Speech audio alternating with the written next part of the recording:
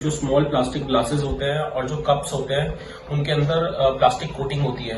ये breast cancer, colon cancer और अंतड़ियों के जो कैंसर जो होते हैं उनका रिस्क सबसे ज्यादा बढ़ता है। बिस्फेनाइल ए फ्री बॉटल्स का यूज करना चाहिए।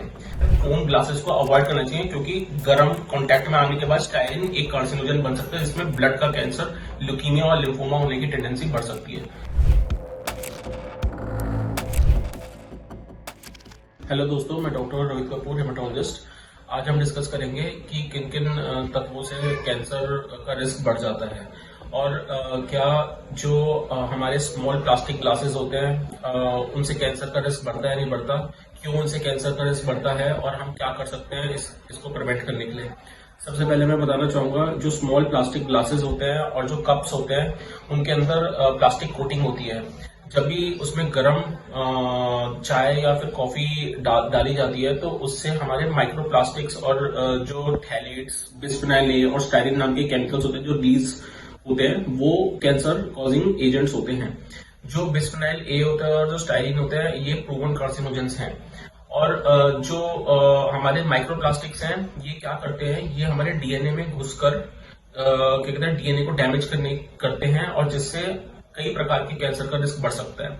अब कौन कौन से कैंसर का रिस्क इन तत्वों से जो माइक्रोप्लास्टिक है उनसे बढ़ सकता है? ये ब्रेस्ट कैंसर, कोलन कैंसर और अंतड़ियों के जो कैंसर जो होते हैं उनका रिस्क सबसे ज्यादा बढ़ता है।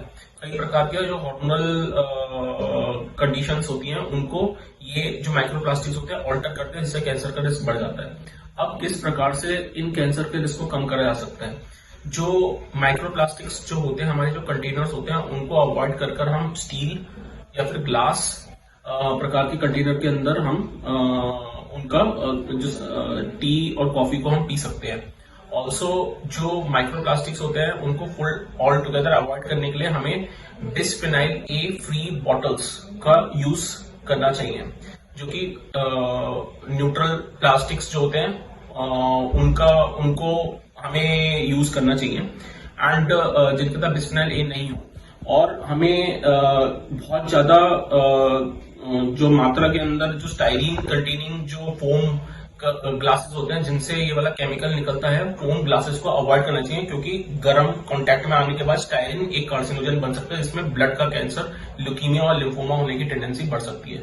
सो दोस्तों, हम इन कैंसर्स को कम करने के लिए स्टील ग्लासेस और ग्लास वाले ग्लासेस को यूज करके हम रिस्क को कम कर सकते हैं। Thank you.